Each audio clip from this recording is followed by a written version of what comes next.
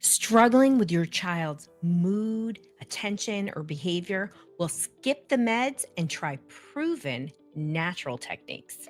We're going to dive into what are the best non medication strategies that are clinically proven to make attention, mood, stress better, right? Because at the end of the day, we might have kids that are wired uniquely, but they need to do better at home, school, and life behaviorally, right? And that all starts with nervous system regulation, right? When you have a kid that's dysregulated, whether they're understimulated, showing problems with learning, listening, getting stuff done, or they have overstimulated behaviors like high emotional reactivity to little things, sensory defensiveness, like being super irritated by noises or maybe their clothing or even their food, right? It means that everyday little things are hard. It's hard for them, it's hard for you, and you're unsure of what to do. So that's why we're going to talk about these non medication strategies because most parents aren't aware. And here's the reality, right? If you're asking your classically trained pediatrician or some what we call allopathic physician about natural solutions, unless they are a curious professional, that my friend Angela Powell talks about that all the time. Go back and listen to that episode. Unless they're curious, hello, get in the research. Dr. Rowe can do it. Anybody else can do it. There might not be trained and understand some of these things. A regular physician, everyday physician, only in modern times do some physicians even get training on the impact of nutrition and diet on physical and mental health. And I think that's always so surprising, right? I had my friend Dr. Anna Maria Temple on. She's this amazing pediatrician, holistic pediatrician. And she, talked about how she had to start so small with like one swap out with her kids' meals. And she knew none of this stuff. She had no idea that it was going to impact her kids' physical health. And she really is a specialist in eczema and supporting it through that. So we need to not jump straight to meds, okay? Just because it's put in front of you doesn't mean you have to take it. Now you understand the context of it, that the person recommending it might even be a therapist, right? When I was trained, we really were taught extensively about psychiatric medications. I was very lucky because I was in a program that focused on neurodivergent brains, kids that are wired uniquely. So then they had to teach you other things like OT, PT, and of course, psychotherapy. All psychotherapists have that, but they got us to think differently because they knew the kind of individuals we were working with. And, there's no cookie cutter, right? So why is it that everybody still has to take meds, right? And when you follow the science, right, it doesn't lead to meds, right? And meds don't address root causes, right? They don't address that nervous system dysregulation. And guess what? The things that we're going to talk about do. And it really does in a way where you can get daily support because nervous system dysregulation happens to every single person every day. And you need ways to counter that. Hopefully it's an aha, holy cow, Dr. Rowe. So, it's a constant. And when you have a dysregulated kid like I do, and I had an understimulated dyslexic and overstimulated PANS kids. Nobody likes this, but it's really actually brought a lot of blessings. I mean, I don't think I would have developed PEMF or neurotastic without it, right? I also want to say that I know a lot of you look for solutions and you struggle because you can't find providers. We have lots of solutions and you can go to drroseann.com/help to find them. And it's going to guide you to the right solution for exactly where you're at. And make sure you whitelist our emails because there's a lot of great stuff. And we are going to have a regular newsletter as well as we're going to cut back on some of those daily emails and we're going to get newsletters because we're overwhelmed parents. So let me talk about the 5 best non-medication approaches that improve attention, mood, and behavior. I can't leave off behavior. And please know you do not need a clinical diagnosis. You also can have 7 clinical diagnoses. That's pretty popular these days because when they don't know what to do, they try to put you in a box. Ultimately, in the end, it's nervous system dysregulation. Again, I want you to rethink things because when we do that and we see the signs of nervous system dysregulation, those over and understimulated signs, we can target it better, right? So, okay, my number one best non-medication approach is the one that everybody hates. It's nutritional and dietary adjustments. Now, don't go cuckoo. Don't turn this off. You can do it. You can start small and you can just start with one thing, right? Go back and listen to those other episodes in our dysregulation solution. We have a whole course on it. I don't even want to use the word course.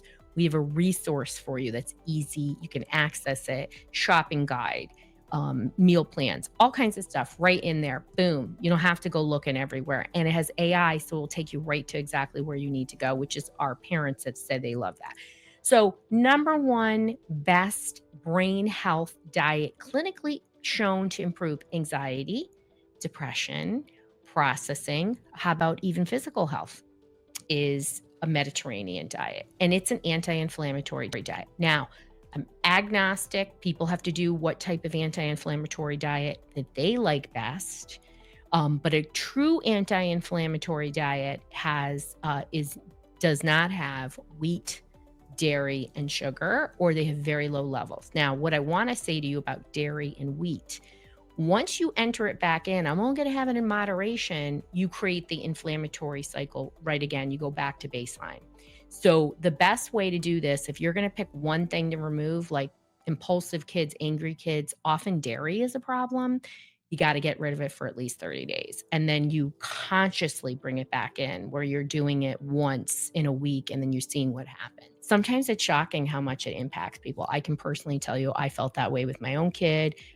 I can't have any wheat. I can't have any dairy. I literally get physically ill for upwards sometimes of a week. So it's easy for me. I just never have it because I don't have time to be sick. I'm a mom. I got stuff to do. We also want to talk about, when we're talking about nutritional adjustments, we're talking about adding supplements, right?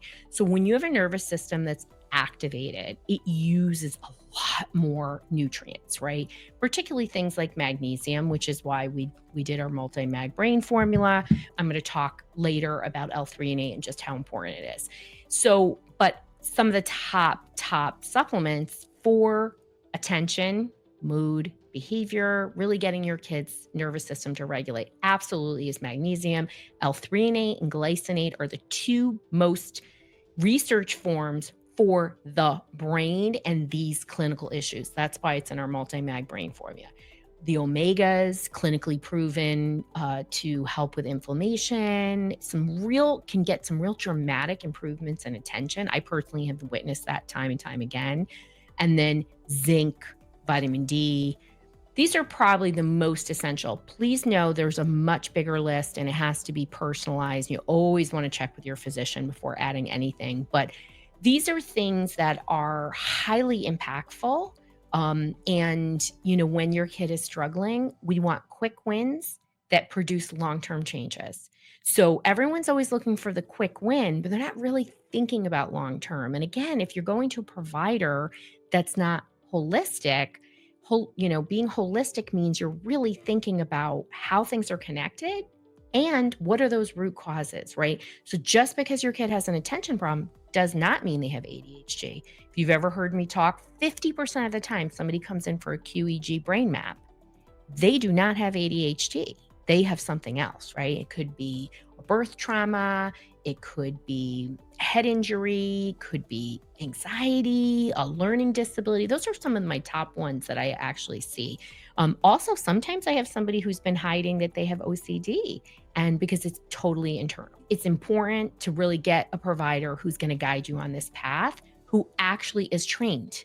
So when people say, oh, that's hogwash, are they trained, right? So I'm traditionally trained and functionally trained, and have been doing functional treatments and stay right on top of the research every single day. It's not that hard to stay on top of the research, when you're looking at a little bit every day. So, but I have been doing this for 3 decades, and I did it right out of the gate because again, I worked with neurodivergent kids. And so what is in a textbook doesn't always apply to them and their families. And so I just went and looked in the research, and the research said these are the best ones. So nutritional adjustments. Number two, mindfulness techniques. So nobody wants to slow down to power up, but slowing down, including me, slowing down to get your brain to work better is critical. It's a non-negotiable, right? And it could be as simple as breath work and prayer. It can be sensory components, right? And doing somatic exercises. It can be focusing on emotional language and awareness, and just really bringing that in as part of your daily practice, right? So, nervous system regulation, I want you to look at it in the exact same way as brushing your teeth, right? Why do we brush our teeth? I do a lot of things with my teeth. I brush my teeth, I floss, I use the ultraviolet thing. I'm a tea drinker.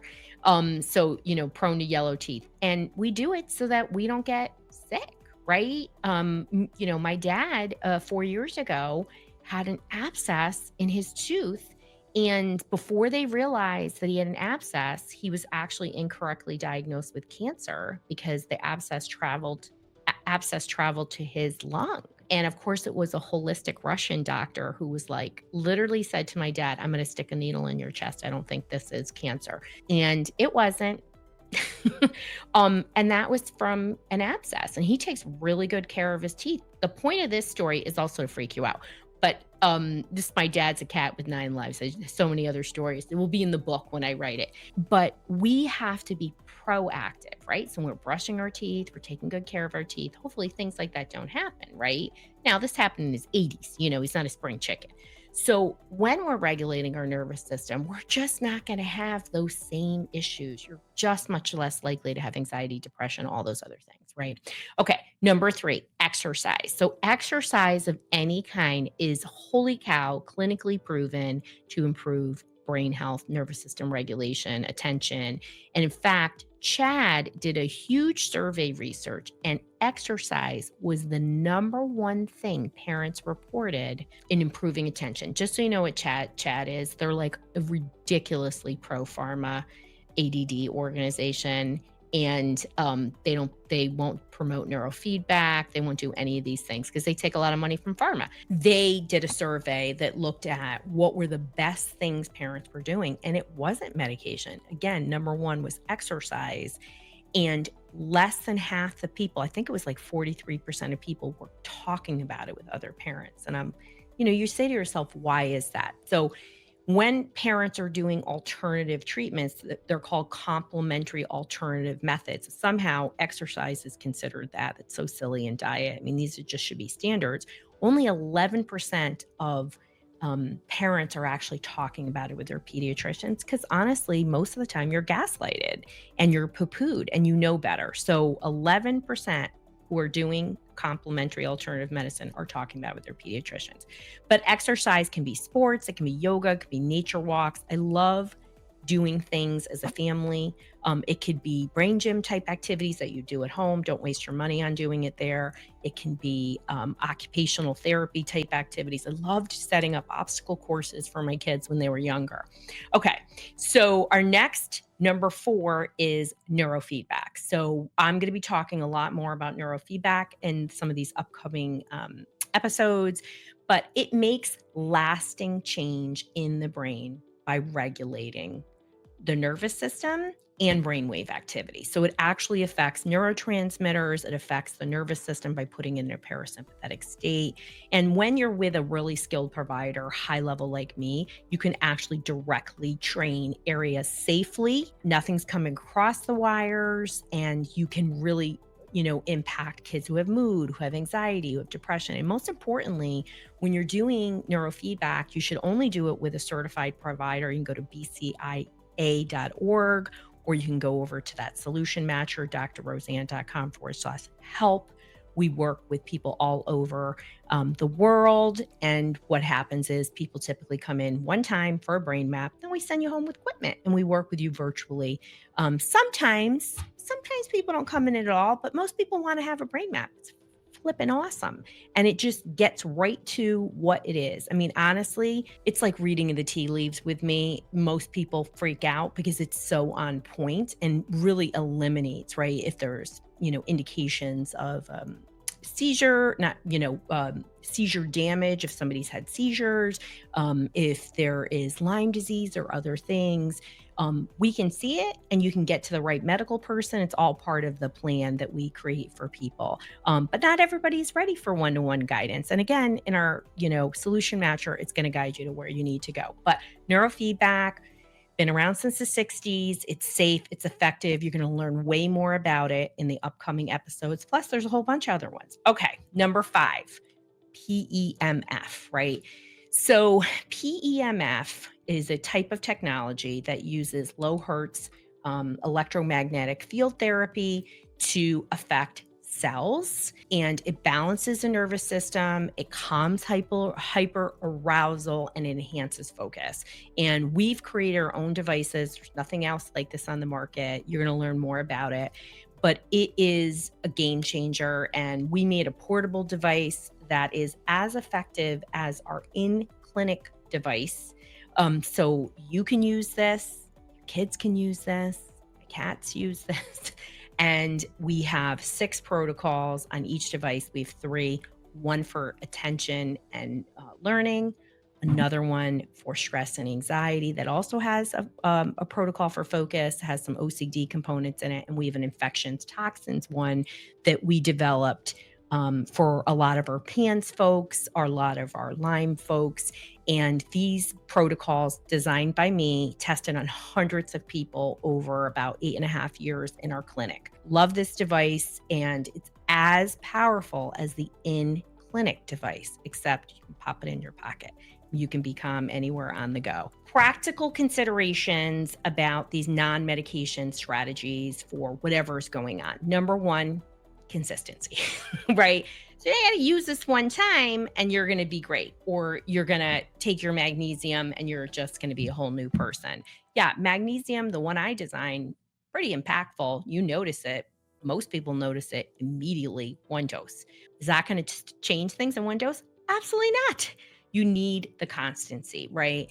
And another real practical tip in all of this is I'm in your shoes, right? And I know what it's like.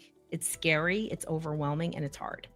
You've got to practice these nervous system techniques yourself, and you've got to co-regulate. So your child will regulate off of you, and it's the physical part of it that there's something about being around a calm person that resets your nervous system just by proximity. But it's all the nonverbal cues, right? The tone in your voice, the twitchiness in your face, or whatever is going on. And, when you're using these tools, what's really critical, and again, you heard me in the last episode talk about coulda, woulda, shoulda, you're not waiting for a crisis. A lot of times these little signs are all there, and maybe you're afraid your kid's going to turn out like your brother. True story. Everyone says these things to me. Maybe you're duct taped your kid enough where you're like, they're getting the A's, and I'm going to turn the blinders onto this. Maybe you don't want the conflict anymore with your partner. I don't know. These are just those things that hold people back. And most people wait for a crisis. And once you have a crisis, you're dealing with a lot more than, one little leak. You're dealing with a flooding, right? So that, and that is just not going to be a good thing for your kid. Your kid's going to have a lot of emotional damage. There's a lot of collateral damage when things move to a crisis, right? God forbid your kid moves to a level where they potentially, have at-risk behaviors, or, their feelings of harm, or your other kids affected. I mean, there's just a lot of things, and that is just a reality, right? Nobody ever regrets getting help for their mental health. They only regret when they don't. That is why you really have to work on calming the brain, regulating the nervous system. It's the pathway, clears the pathway to impulse control, to learning, to the body healing itself. Those things can't happen until you regulate. So I hope this was really impactful. I hope this got you really thinking differently about non-medication approaches. And we can't jump there. It's if you haven't done these other approaches, right? If you haven't tried some of these, you haven't done enough to jump into that.